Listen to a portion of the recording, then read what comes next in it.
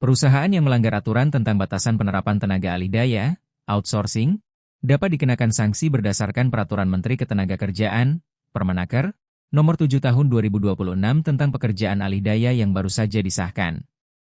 Dilansir dari salinan lembaran Permenaker yang dibagikan secara resmi oleh Kementerian Ketenagakerjaan, Kamis, 30 April 2026, dijelaskan bahwa perusahaan bisa menyerahkan sebagian pelaksanaan pekerjaan kepada perusahaan alih daya atau melalui perjanjian alih daya yang dibuat secara tertulis.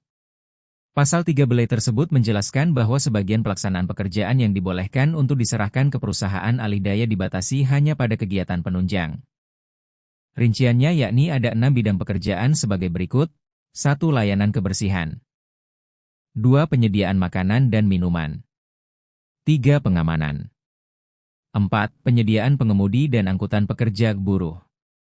5. Layanan penunjang operasional. 6. Pekerjaan penunjang di bidang pertambangan, perminyakan, gas, dan ketenagalistrikan.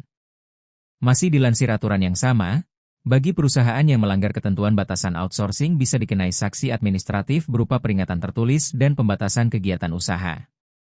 Pasal 8 ayat 2, Permenaker Nomor 7 2026 menyebutkan, penerapan sanksi administratif dilakukan secara bertahap.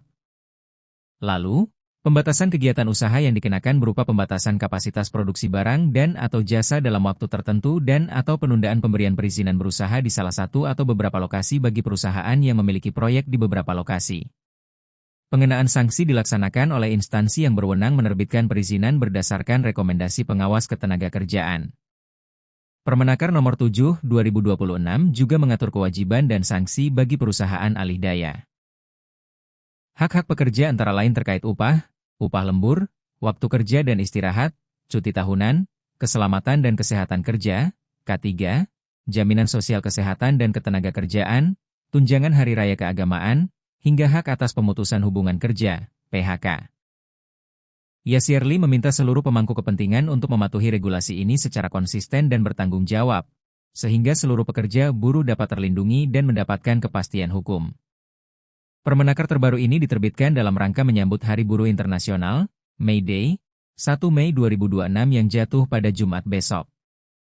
Ketentuan baru mengenai outsourcing ini sebelumnya sudah dibocorkan oleh Serikat Buruh. Presiden Konfederasi Serikat Pekerja Seluruh Indonesia, KSSI, Andi Gani Nenawea mengaku sudah mendapat bocoran dari pemerintah soal aturan alih daya yang baru. Andi Gani mengatakan, praktik outsourcing yang merujuk kepada Undang-Undang, UU, Omnibus Law Cipta Kerja disebut akan berubah. Berdasarkan informasi dari pemerintah, nantinya regulasi outsourcing akan kembali merujuk UU Nomor 13 Tahun 2003 tentang Ketenagakerjaan. Aturan baru outsourcing merupakan realisasi dari janji Presiden Prabowo Subianto atas keluhan buruh pada peringatan May Day 2025 lalu.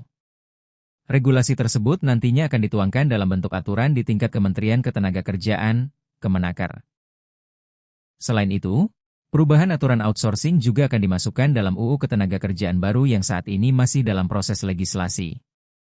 Aturan Kemenaker akan terbit lebih dulu untuk mengisi kekosongan aturan soal outsourcing setelah ada perubahan nantinya. Dengan begitu menurutnya tidak akan lagi ada outsourcing yang melampaui batas waktu tertentu. Jangan lupa subscribe ya!